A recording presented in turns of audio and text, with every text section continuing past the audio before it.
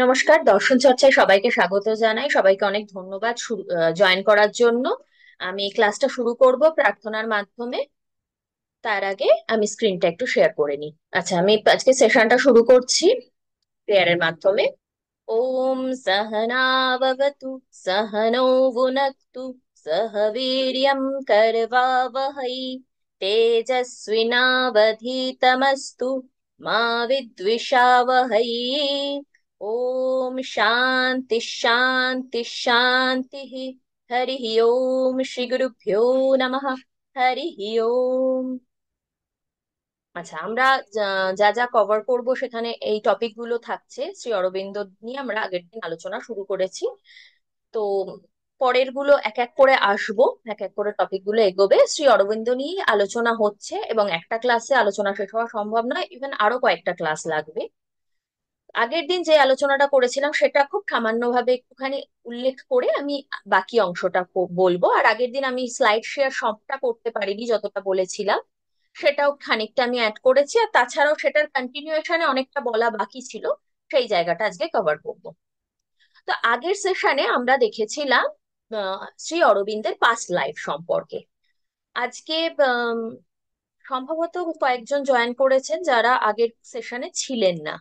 তো সেই কারণে আমি একটু বলে নিচ্ছি, আর এমনিও আমি ক্লাসের ক্ষেত্রে জেনারেলি আগের সেশনে কি বলেছিলাম বলে নিয়েই শুরু করি। তো আগের দিন আমরা যে আলোচনাটা করেছিলাম সেটাই প্রথমেই আসছিল শ্রী অরবিন্দের পূর্ব জীবন সম্পর্কে আলোচনা। পূর্ব জীবন সম্পর্কে আলোচনার মধ্যে প্রথম আমরা পাচ্ছি তার জন্ম। তার জন্ম হয়েছিল 1872 খ্রিস্টাব্দের 15ই আগস্ট। 15ই আগস্ট আমাদের কাছে স্বাধীনতা দিবস, কিন্তু যে সময় শ্রী অরবিন্দ জন্মেছিলেন সেই সময় কিন্তু সেটা স্বাধীনতা দিবস ছিল না। শ্রী অরবিন্দের 75তম জন্মদিনের দিন ভারত স্বাধীন হয়েছিল। তো 15ই আগস্ট 1872 সালে তিনি কলকাতায় জন্মগ্রহণ করেন। তার পিতার নাম ছিল কৃষ্ণধন ঘোষ এবং মাতা ছিলেন স্বর্ণলতা দেবী। ভারতীয় এবং বাঙালি হওয়া সত্ত্বেও তার পিতা কিন্তু তার ছেলেদের মানুষ করতে চেয়েছিলেন বিদেশি আদব কায়দায়।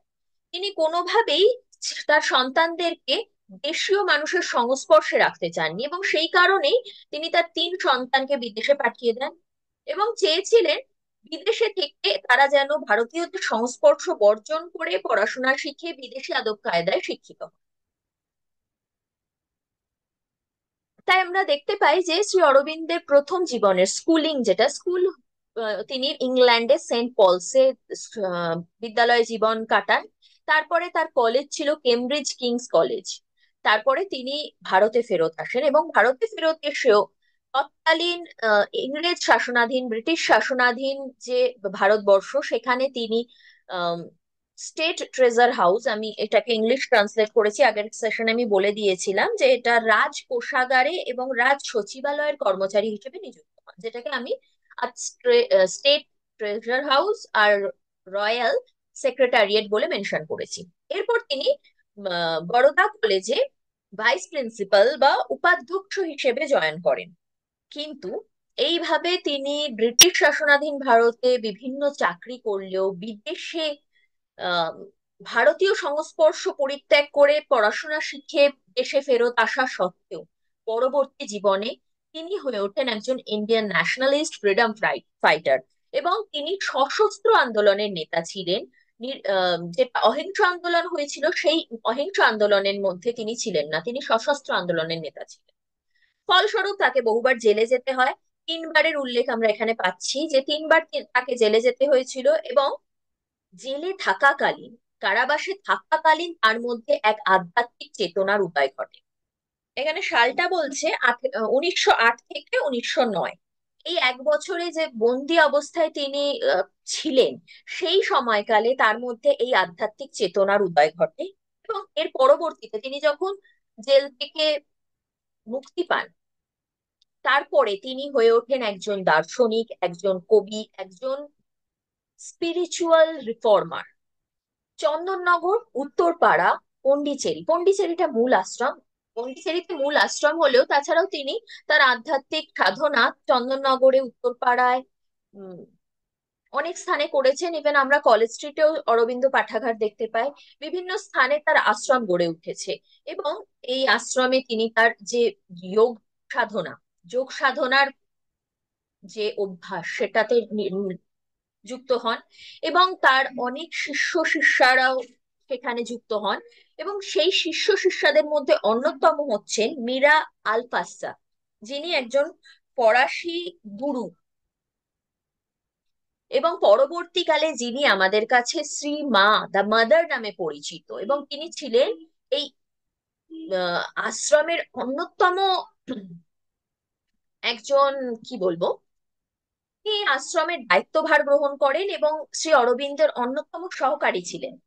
শ্রী অরবিন্দের অন্যতম সহকারী ছিলেন শ্রীমা, যাকে ইংলিশে ট্রান্সলেট করে দ্য মাদারও বলা হয়ে থাকে। আর শ্রীমা পরবর্তীকালে আশ্রমের সেবার ভারও গ্রহণ করেছিলেন। তারপর এখানে আমরা পাচ্ছি একটা সাল, যেখানে 1914 সালে আর্য নামক একটা মাসিক পত্রিকা চালু করা হয়, যেটা প্রত্যেক মাসে মাসে প্রকাশিত হতো। পরবর্তীতে তার এই যে স্পিরিচুয়াল প্র্যাকটিস, তার যোগ সাধনা, তার যোগ সাধনার একটা অন্যতম উপায় যেটা পরিচিতি লাভ করে, সেটাকে তিনি ইন্টিগ্রাল যোগা বলে উল্লেখ করছেন, যেটা একটু সাধারণ যে আমরা যোগ এর কথা জানি তার থেকে ভিন্ন ছিল, যেটা পরবর্তীতে আমরা আলোচনা করব যখন আরো ডিটেলসে দেখবো। এরপরে আমরা তার মূল যে কাজ, যে বই গ্রন্থ তিনি রচনা করেছেন, তার নাম পাই দ্য লাইফ ডিভাইন। এই নামটা বোধহয় সবারই জানা। Synthesis of yoga and Savitri, আরো কিছু বই তার লেখা আছে, যেগুলো পরের স্লাইডে আছে, দেখাচ্ছি। আর তার আমি যেটা বললাম একটু আগে, অ্যাসিস্ট্যান্ট এবং কো ওয়ার্কার হিসেবে যিনি কাজ করেছিলেন, দ্য মাদার, যার আসল নাম মীরা আলফাসা। এখানে ডেট অফ রিয়েলাইজেশন যেটা মেনশন করা আছে, 24শে নভেম্বর 1926। এটা কিন্তু শ্রী অরবিন্দের রিয়েলাইজেশনের তারিখ বলছে না, এটা বলছে যে আশ্রমবাসী 24 জন সাধকের রিয়েলাইজেশন, আধ্যাত্মিক অনুভূতি জাগ্রত হয়, এবং এর পরবর্তীকালে তিনি একান্তে জীবনযাপন করা শুরু করেন। সম্ভবত তার যে ইন্টিগ্রাল যোগা, তার যে যোগ সাধনা, তার যে বিশেষ মতাদর্শ, সেটা তিনি তার পরবর্তী শিষ্যদের মধ্যে সম্প্রসারিত করে দিতে পেরেছেন, এরকম একটা ধারণা থেকেই তিনি একান্তে জীবনযাপন করা শুরু করেন। এবং তিনি লোক সংস্রব পরিত্যাগ করে যোগ সাধনাতেই নিরত থাকেন। এছাড়া এখানে আরো কয়েকটা উল্লেখযোগ্য ঘটনা পাই, যেখানে বলা হচ্ছে 1939 সালে যখন দ্বিতীয় বিশ্বযুদ্ধ চলছে, সেখানে যে মিত্র শক্তি ছিল, তিনি সেই মিত্র শক্তিকে সাপোর্ট করেন। আবার 1940 সালে স্ট্যাফোর্ডের যে ক্রিপস অটোনমি, যেটাকে স্বায়ত্তশাসন বলে উল্লেখ করা যায়, সেই স্বায়ত্তশাসনের সপক্ষেও তিনি সমর্থন জানান। আমি শুরুতেই যেটা বলেছিলাম, 15ই আগস্ট 1947 সালে তার বয়স হয়েছিল 75 বছর। তার 75 বছর বয়সে ভারত স্বাধীনতা লাভ করে। এখন আমরা 15ই আগস্টটাকে ভারতের স্বাধীনতা দিবস হিসেবে জানলেও তার পূর্ব থেকে এটা কিন্তু শ্রী অরবিন্দের জন্মদিবস। এবং তার 3 বছর পর 1950 সালে 5 ডিসেম্বর পন্ডিচেরিতে তার দেহাবসান ঘটে। এই জায়গাটা নিয়ে মূলত আমি আগের সেশনে আলোচনা করেছিলাম, তারপর দু একটা কথা তার দর্শন সম্পর্কে বলেছিলাম, যেটার কোনো স্লাইড আমার তৈরি করা ছিল না। আর হ্যাঁ, বইগুলোর নামটাও আমি দেখিয়েছিলাম, বইগুলোর নামগুলো বলে নি। The life divine, the ideal human unity, the integral yoga, এসা essays on Gita, the mother, Savitri, a legend and a symbol, the human cycle, the Upanishads, secret of the Veda, synthesis of yoga. এর মধ্যে সব থেকে জনপ্রিয় এবং পরিচিত নাম দ্য লাইফ ডিভাইন। এই গ্রন্থগুলি তিনি রচনা করেন, এবং তার নিজস্ব একটা মতাদর্শ, যেটাকে কন্টেম্পোরারি ইন্ডিয়ান ফিলোসফি বলা হচ্ছে। তার দুটো কারণ হচ্ছে, এক, এটা অনেক প্রাচীন নয়, আমরা দেখতেই পাচ্ছি যে স্বাধীনতার 3 বছর বাদে তার মৃত্যু ঘটেছে। তো খুব পুরনো, যেটা আমরা ক্লাসিক্যাল ইন্ডিয়ান ফিলোসফি বলতে বুঝি, উম, অনেক প্রাচীন, সেই প্রাচীনত্বটা এখানে নেই। সেই কারণে এক অর্থে তিনি সমকালীন। আর দ্বিতীয় অর্থ হচ্ছে যে ক্লাসিক্যাল থিওরি গুলোকে বর্তমান সময়ে কিভাবে কার্যকরী করা যায়, সেই তত্ত্বটাকে তুলে ধরার কারণেও ক্লাসিক্যাল বলা হয়ে থাকে। যেমন অদ্বৈত বেদান্ত নিয়ে স্বামী বিবেকানন্দ আলোচনা করলেও তার বেদান্তকে আমরা প্র্যাকটিক্যাল বেদান্ত বলে চিনি। কেননা অদ্বৈত বেদান্তকে প্র্যাকটিক্যাল বা ব্যবহারিক জীবনে কিভাবে কাজে লাগানো যায় সেই নিয়ে তিনি আলোচনা করেছেন। তো এবার আসা যাক শ্রী অরবিন্দের যে জীবন দর্শন বা তার যে মতাদর্শ সেটার আলোচনায়। তো আগের দিন আমি এই জায়গাটা আলোচনা করেছিলাম, যেখানে বলা হচ্ছে যে তিনি আইডিয়ালিস্টিক ফিলোসফি, তার মতাদর্শটাকেও ভাববাদ বলা হচ্ছে এক প্রকার, কিন্তু তার যে মতাদর্শ সেটা কিন্তু শঙ্করাচার্যের যে ভাববাদ তার থেকে ভিন্ন। শঙ্করাচার্যের যে ভাববাদ সেটা অদ্বৈতবাদ, সেটা মায়াবাদ। স- সেই শঙ্করাদ্বৈত মায়াবাদ যুক্ত যে মত সেই মতবাদ থেকে ভিন্ন। আর মেটাফিজিক্যাল ট্রুথ বলতে এটাকে আমি ট্রান্সলেট করেছি আম, আধ্যাত্মিক সত্যতা থেকে, কারণ আমি যে বইটা থেকে এই পয়েন্টটা নিয়েছি সেটা বাংলায় লেখা। তো মেটাফিজিক্যাল ট্রুথ, আধ্যাত্মিক সত্যতা কথাটার জায়গা আসছে কোন জায়গা থেকে, যে স্পিরিচুয়ালিটি, অদ্বৈতবাদ, বেদান্ত এগুলো কিন্তু স্পিরিচুয়ালিজমকে অ্যাকসেপ্ট করে। তো সেই জায়গা থেকে আমরা আধ্যাত্মিক সত্যতার কথা পাচ্ছি। তো তার এই যে দর্শন, ভাববাদী দর্শন, সেখানের দুটো মূল দিক আমরা পাচ্ছি, মেটাফিজিক্যাল ট্রুথ এবং the great divine life. Divine life বলতে দিব্য জীবন এখানে বাংলা করে করা হয়েছে। মূল আদর্শ, মূল লক্ষ্য যে দিব্য জীবন সেটার কথা বলা হচ্ছে। তো এই দুটো সত্যতা তার দর্শনের মধ্যে উঠে আসছে। শ্রী হরিদাস চৌধুরী তার গ্রন্থের নামটা আমি পাইনি, শুধু এখানে তিনি কি বলে উল্লেখ করেছেন সেটা আমি একটাই নাম লিখেছি, পূর্ণ অদ্বৈত। এছাড়াও পূর্ণ বিজ্ঞান, পূর্ণবাদ বলেও শ্রী অরবিন্দের দর্শনকে তিনি উল্লেখ করেছেন। এই যে শঙ্করের অদ্বৈত বা অদ্বৈত বেদান্ত বা মায়াবাদ থেকে শ্রী অরবিন্দের বা দর্শনকে ভিন্ন বলা হচ্ছে, তার ভাবাদর্শ বা তার ভাববাদকে ভিন্ন বলা হচ্ছে, তার মূল কারণটা হলো অদ্বৈতবাদে কেবল একটা আঙ্গিককে স্বীকার করা হয়েছে বলা হচ্ছে, যেখানে আমরা আধ্যাত্মিক জগতের স্বীকৃতি পাচ্ছি, যেখানে বলা হচ্ছে ব্রহ্ম সত্য জগৎ মিথ্যা। তো সেই যে জগৎ মিথ্যার জায়গাটা সেইটা কিন্তু শ্রী অরবিন্দ স্বীকার করেন। তো আমরা শ্রী অরবিন্দের দর্শনে দুটো নেগেশন পাই, যেটাকে আমরা দ্বিবিধ নঙর্থক আহ, মতাদর্শ, আহ, দ্বিবিধ মতাদর্শের অস্বীকার বলতে পারি। যে মতাদর্শগুলো শ্রী অরবিন্দের মতে নঙর্থক দিককে প্রকাশ করছে। তা তিনি এখানে কোন দুটো মতাদর্শের উল্লেখ করেছেন? এক হচ্ছে এক্সট্রিম মেটেরিয়ালিজম। এক্সট্রিম মেটেরিয়ালিজম বলতে জড়বাদকে বোঝানো হচ্ছে, যেটা আমরা জানি চার্বাক দর্শন কি মূলত এরকম এক্সট্রিম মেটেরিয়ালিজম বলা যায়, যারা কেবলমাত্র প্রত্যক্ষকে স্বীকার করছে, তার অতিরিক্ত কিচ্ছু স্বীকার করছে না। আর একটা হচ্ছে এক্সট্রিম স্পিরিচুয়ালিজম, যেটা আদি শঙ্করাচার্যের যে মায়াবাদ বা অদ্বৈত বেদান্ত সেটাকে বলা হচ্ছে। তো শ্রী অরবিন্দের মতে এই দুটোই খুব এক্সট্রিম মতাদর্শ, এবং দুটো এক্সট্রিম মতাদর্শকে গ্রহণ করা কিন্তু বিপজ্জনক। আরো কি বলছেন যে এক্সট্রিম মেটেরিয়ালিজম মে বলা হচ্ছে সোল ফলস, আত্মা মিথ্যা।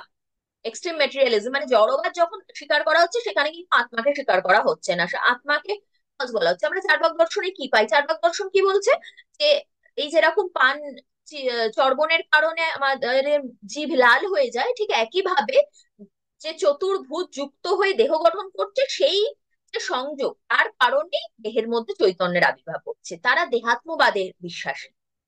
তো তারা ভিন্ন আত্মাকে স্বীকার করছে না। এই যে ভিন্ন আত্মার অস্তিত্ব এটা কিন্তু আমরা অনুভব করতে পারি। আমার দেহ অসুস্থ, মন ভালো নেই, কিন্তু আমি এক আছি।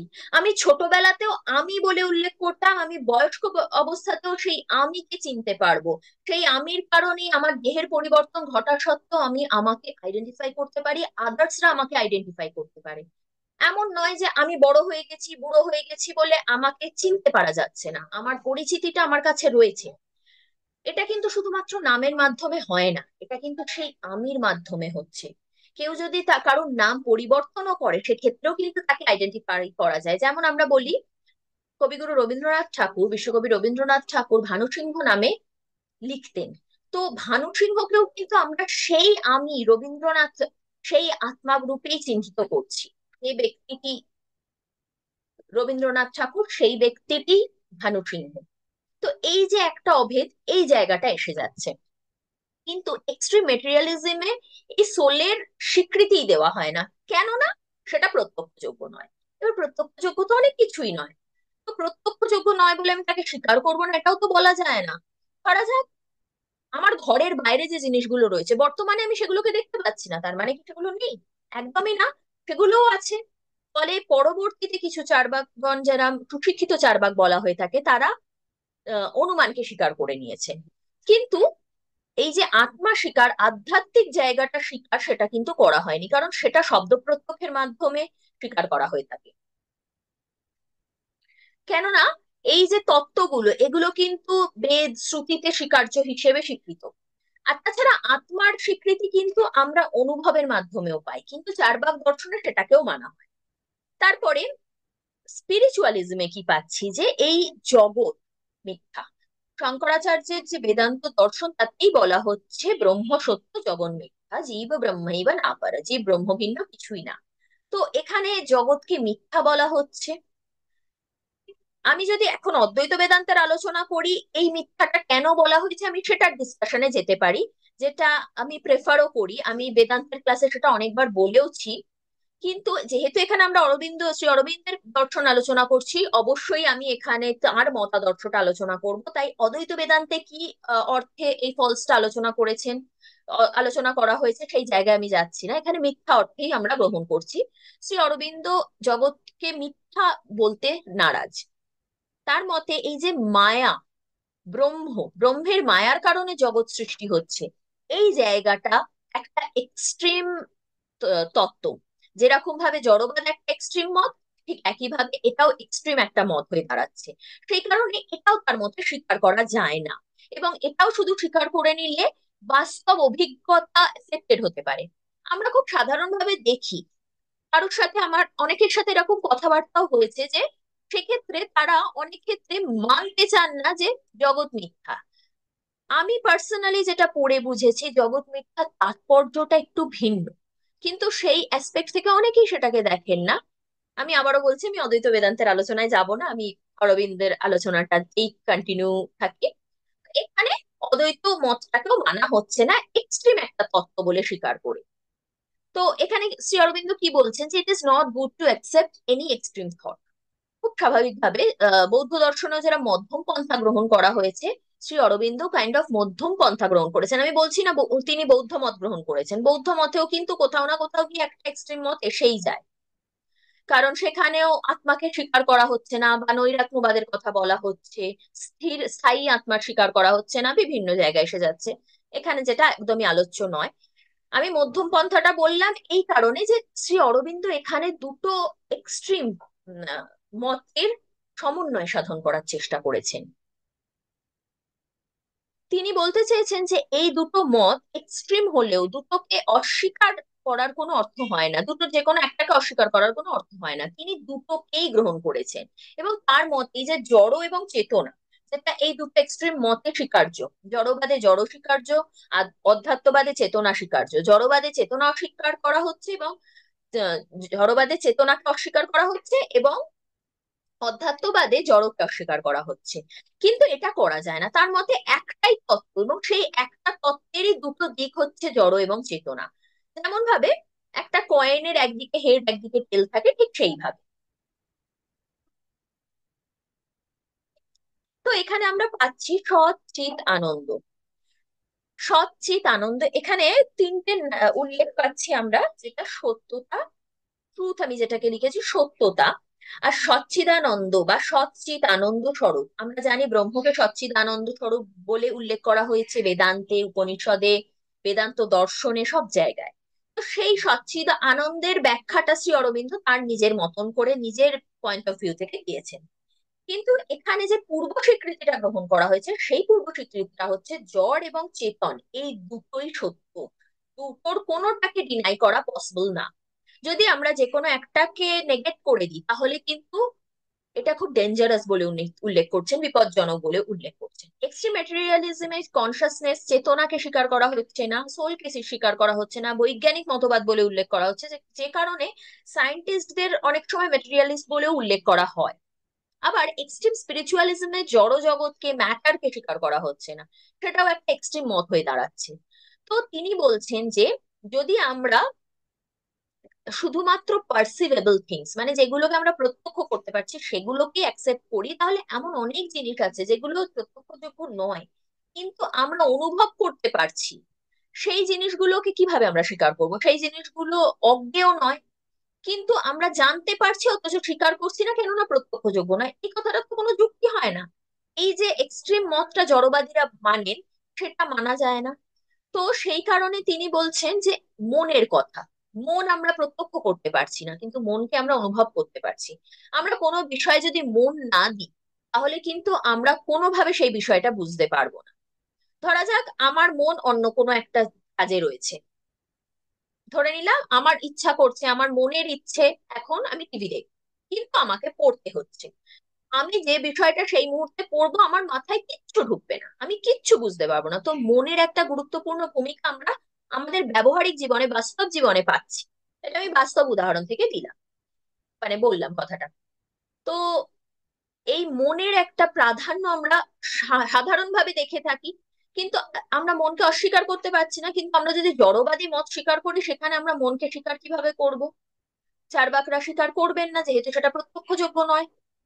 আবার আরেক দিক দিয়ে আমরা যদি দেখি, আমরা যদি এক্সটার্নাল ওয়ার্ল্ডকে ডিনাই করি, আমরা দেখতে পাচ্ছি পুরো জগৎটা রয়েছে, আমরা এই যে সামনে আমার ল্যাপটপ রয়েছে আমি সেটাকে স্পর্শ করতে পারছি, আমি কথা বলছি, আমি জানি ল্যাপটপের ওপারে ভার্চুয়াল ওয়ার্ল্ডে তোমরাও রয়েছে তোমাদের একটা নির্দিষ্ট স্থানে এবং তোমরা আমার কথা শুনছো।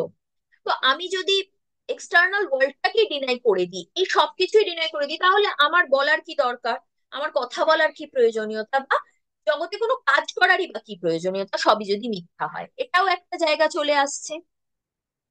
এইভাবে যদি আমরা স্পিরিচুয়ালিজমকে অ্যাকসেপ্ট করি, উনি বলছেন, আমি ডিসপ্যাশন কথাটা লিখেছি কেননা উনি বলছেন বৈরাগ্যের কথা, যদি এইরকম মত মানা হয় তাহলে সেটা কিন্তু বৈরাগ্যের দিকে নিয়ে যায়।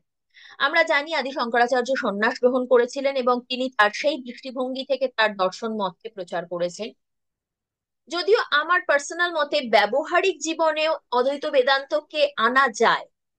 অদ্বৈত বলতে আহ সবকিছু এক, বা ভিন্নতা নেই, বা জগৎ নেই এই হিসেবে নয়, আমরা সবাই সমান, এই যে উচ্চ নিচ ভেদাভেদ, এই জায়গাটাকে মুছে ফেলার মাধ্যমে। কিন্তু শ্রী অরবিন্দ এই জায়গা থেকে না দেখে তিনি ওই বৈরাগ্যের দিক থেকে অদ্বৈতবাদকে ব্যাখ্যা করার কারণে তিনি বলছেন যে যদি আমরা সেই মতটাকে মানি, বৈরাগ্যবাদকে মানি, একম এবং অদ্বিতীয়ম এই তত্ত্বটাকে মানি, সেটা কিন্তু সর্বং খলবিদম ব্রহ্ম যে মহাবাক্যটা আছে সেটা বিরোধিতা করছে। একদিকে বলা হচ্ছে সবকিছু ব্রহ্ম, আরেকদিকে বলা হচ্ছে এক এবং অদ্বিতীয়, এই দুটোর মধ্যে যেন কোথাও গিয়ে অসামঞ্জস্য এসে যাচ্ছে বলে তিনি উল্লেখ করছেন। তারপর তিনি কি বলছেন যে আমরা যদি এই দুটো যে এক্সট্রিম মত, সে দুটোর যে কোনো একটাকে স্বীকার করি, সেটা কিন্তু আমাদের এই যে বন্ধন আর মুক্তির ধারণাটা, এটাকে পোলস অ্যাপার্ট, দুই মেরুর বাসিন্দা বানিয়ে দেয়, দুটো বিরুদ্ধ মত বানিয়ে দেয়। বন্ধন এবং মুক্তির মধ্যে কিন্তু কোনো বিরোধিতা নেই, বন্ধন জগতে রয়েছে এবং মুক্তিও জগতে রয়েছে। এইভাবে তিনি ব্যাখ্যা করতে চেয়েছেন, জগতে যেরকম জড় জগতেরও প্রয়োজনীয়তা আছে, আধ্যাত্মিকতারও প্রয়োজনীয়তা আছে, এইভাবে তিনি জিনিসটাকে বোঝাতে চেয়েছেন। তার মতেই যে ভব প্রত্যয় সেটাই হচ্ছে বন্ধন, তা সব ক্ষেত্রেই অবশ্য স্বীকার্য, এবং ভব নিরোধ মুক্তি, কিন্তু এই দুটো কোনো বিরুদ্ধ মত নয়। ভববন্ধন এবং মুক্তিকে তিনি সংযুক্ত করতে চেয়েছেন, উভয়ের মধ্যে সমন্বয় সাধন করতে চেয়েছেন। তো আরো কি বলা হচ্ছে যে অরবিন্দ, শ্রী অরবিন্দ এই যে দুটো এক্সট্রিম মত, এই দুটো এক্সট্রিম মতকে নঙর্থক বলেছেন এবং এই দুটো মতের কোনোটাই গ্রহণ করেন। কিন্তু এই দুটো মতের কোনোটাই গ্রহণ করেননি এটার অর্থ এই নয় যে তিনি এই দুটো মতের কোনো কথা মানেন না, এমন নয়। কিন্তু তিনি এই দুটো মতকে একত্র করতে চেয়েছেন, এই দুটো মতের মধ্যে একটা সমন্বয় সাধন করতে চেয়েছেন। সমন্বয় সাধনের মাধ্যমে কি হচ্ছে, আমরা আধ্যাত্মিকতার দিক থেকে চেতনাকে, আত্মাকে গ্রহণ করছি এবং জড়বাদের দিক থেকে জড়কে গ্রহণ করছি, এবং দুটো দিককে মিলিয়ে আমরা একটা যথার্থ দর্শন মত পেতে পারি বলে শ্রী অরবিন্দ মনে করেছেন। তিনি কি বলছেন যে spiritualism describes consciousness as the cause of this world R materialism describes matter as the cause of this world। এই যে দুটো ভিন্ন মত, দুটো বিরোধী মত, এই দুটো মতের সমন্বয় সাধনই তার মূল উদ্দেশ্য। তাই জন্য তিনি এই যে ওয়ার্ল্ড ওয়াইড এই যে ওয়ার্ল্ড ওয়াইড ট্রুথ, যেটাকে সর্বগত সত্য বলা যাচ্ছে, হুম, যে সেটার মাধ্যমে চিৎ এবং জড় জগতের চিৎসত্তা এবং জড়সত্তার মধ্যে সমন্বয় সাধনের চেষ্টা করেছেন। পরবর্তীতে এটাকে একটা উম, তত্ত্বের মতন, একটা তত্ত্ব হিসেবে গ্রহণ করে তিনি বলছেন যে একটা তত্ত্বের একটা পজিটিভ দিক থাকে, একটা নেগেটিভ দিক থাকে, আমরা কোনোটাকেই ডিনাই করতে পারি না। আমরা যদি নকারাত্মক দিকটাকে না গ্রহণ করি, পজিটিভ দিকটার মাহাত্ম্যও থাকে না। এটা আমরা অনেক ক্ষেত্রে কিন্তু বাস্তব জগতে শুনে থাকি। দুঃখ না থাকলে সুখের মাহাত্ম্য বোঝা যায় না, অন্ধকার না থাকলে আলোর গুরুত্ব বোঝা যায় না। ঠিক একইভাবে এখানে তিনি একই সত্তার, একই তত্ত্বের দুটো দিক গ্রহণ করেছেন। এখানে তিনি একই তত্ত্বের দুটো দিককে গ্রহণ করেছেন, একটা দিক নেগেটিভ, একটা দিক পজিটিভ। যেমন বলা হচ্ছে সত্তা অসত্তা, সত্য অনৃত, অনৃত মানে মিথ্যা, ঋত অনৃত, সত্য মিথ্যা, এখানে সত্য অনৃত লিখেছি। ব্রহ্ম অব্রহ্ম, আত্মা অনাত্মা, বস্তু অবস্তু, এই যে দুটো দিক, এই দুটো দিকই একত্রীকরণ করে সমন্বয় সাধন করে তিনি তার দর্শন মতটাকে ফুটিয়ে তুলতে চেয়েছেন। তার মতে এই দুটো দিকের যখন একটা সমন্বয় সাধন হবে, একটা কম্বিনেশন হবে, তখন এই যে কনফ্লিক্টটা, এই বিরোধিতাটার বিনাশ ঘটবে এবং তার মাধ্যমেই একটা যথার্থ দর্শন মত গড়ে উঠতে পারে বলে তিনি মানছেন। এই এক্সট্রিম মতগুলোকে বর্জন করলে তবেই সেটা সম্ভব হবে, এক্সট্রিম মতগুলোকে গ্রহণ করলে সেটা সাংঘাতিক বিপজ্জনক হয়ে উঠতে পারে বলে তিনি মনে করছেন। এর পরবর্তী সেশনে আমরা বিইং বিকামিং নিয়ে কিছু আলোচনা আছে, সেগুলোতে যাব, সেইগুলো নিয়ে আলোচনা পরবর্তী সেশনে করব। আজকে আমি শ্রী অরবিন্দের দর্শনের যে মূল আধার, সেই মূল আধারটা নিয়ে আলোচনা করলাম। আগের সেশনে আমি এই বুকস অব্দি ডিসকাশন রেখেছিলাম আর খানিকটা মুখে বলে দিয়েছিলাম উইদাউট স্লাইড। আজকে স্লাইড সহ আর যে অংশটুকু বাকি ছিল আগের সেশনে বলা হয়নি, সেই জায়গাটাকে বললাম। আজকে কি কারুর কোনো প্রশ্ন আছে? আমি স্লাইড শেয়ারটা অফ করছি, কারুর কোনো প্রশ্ন থাকলে প্রশ্ন করতে পারে।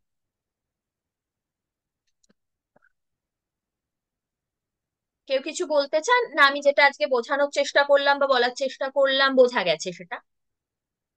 একটু রেসপন্স করুন। কারণ তো একটু বই আমাকে পড়তে হবে আর কি। মানে যেহেতু এটা প্রথমবার আমার কাছে, প্রথমবারই শুনছি এই শব্দগুলো, তো সেই সূত্র হিসাবে ঠিক আছে, মানে আমার কাছে ইন্ট্রোডাকশন আর কি। তারপর আমি আর একটু পড়ি, আমি আরো ডাউট হলে আমি জিজ্ঞেস করে নেবো। নিশ্চয়ই, আমি চেষ্টা করব যাতে উত্তর দিতে পারি আপনার প্রশ্নে। আর কারুর কিছু বলার আছে যারা জয়েন করেছেন? আচ্ছা, শ্রীপর্ণা দি, বুঝতে পেরেছি। ঠিক আছে, থ্যাংক ইউ। বেশ, তাহলে আর হয়তো কারুর কিছু বলার নেই। কারুর যদি কোনো প্রশ্ন থাকে আমাকে হোয়াটসঅ্যাপে জানাতে পারেন, গ্রুপেতে লিখতে পারেন, টেলিগ্রামেও মেসেজ করতে পারেন। যা সবাই মোটামুটি হোয়াটসঅ্যাপে আছেন, তো তো হোয়াটসঅ্যাপে গ্রুপেতে বা পার্সোনালি যেটা ইচ্ছে মেসেজ করতে পারেন। আজকে সেশনটা এখানেই শেষ করছি। আবার আগামী শনিবার যে ক্লাসটা থাকবে সেটা এই পরবর্তী যে বিইং এন্ড বিকামিং নিয়ে আলোচনাটা শ্রী অরবিন্দের দর্শনে আছে সেইটা নিয়ে আলোচনা করব। আর যথারীতি আমি এই জায়গাটাকে আবার একবার শর্টে রিক্যাপ করে তারপরে উম, ওই অংশটায় যাব।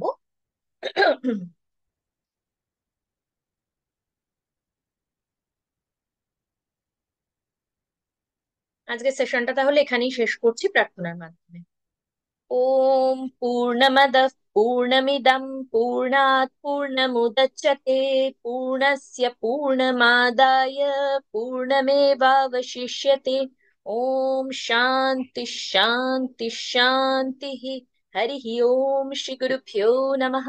হরি ওম। Thank you. সেশনটা এখানেই এন্ড করছি।